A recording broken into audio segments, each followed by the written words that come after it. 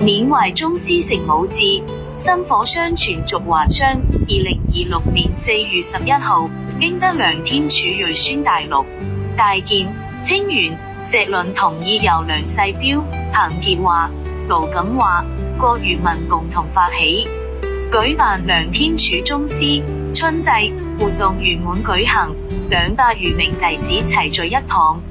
以莊重儀式緬懷一代武王，傳承武學薪火。當日清晨6點，英才武術館門前隊伍整齊，梁世標館長帶領眾幾十名弟子整裝待發，醒獅隊伍威武連隊，一面旋刻一代武王梁天柱的巨型戰鼓格外醒目，鼓聲鏗鏘，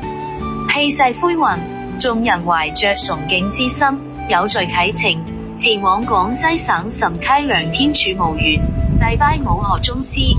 祭拜現場莊嚴肅穆，數百弟子列隊行禮，秩序井然。梁世標館長緩步上前，飽含深情誦讀祭文，追思宗師武學功績，感念宗師育人恩德，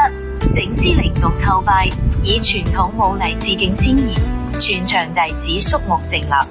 深切緬懷宗師。祭拜禮成，眾人前往羅定平堂梁天柱紀念館，再次舉行祭拜儀式，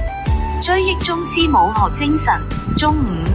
全體人員抵達羅定瑜伽館稍作休整，共進午餐。下午5點，隆重的授旗儀式正式開啟。梁天柱宗師睿宣梁大健、梁清源、梁石倫前輩親臨現場，為英才武術館梁世標館長授語。梁天柱國術，我武為揚大旗，並為梁天柱門下30間武館授武館館旗，傳遞武學傳承的責任與使命。隨後，活動組委會為本次活動中贊助和大力支持單位羅定武術協會、英才武術館、雙脈武術館、嚴炳通武術館、松柏武術館傑出人士朱耀雄、楊新華、陳仁生、劉漢成等回贈珍貴字畫，無私奉獻，表現突出的優秀弟子頒發牌匾，以表彰其辛勤付出。授旗頒獎結束後，各武館弟子輪番登場，獻上精彩武術表演，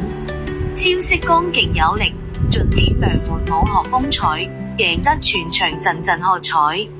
傍晚5點，主辦方設宴款待全體參與人員，共聚同門情誼，共話武學傳承。本次春祭活動圓滿落下帷幕。此次活動既表達了對梁天柱宗師的深切緬懷，也凝聚了同門力量，更堅定了眾弟子傳承武學、弘揚武德的信念，讓良門武學在薪火相傳中生生不息。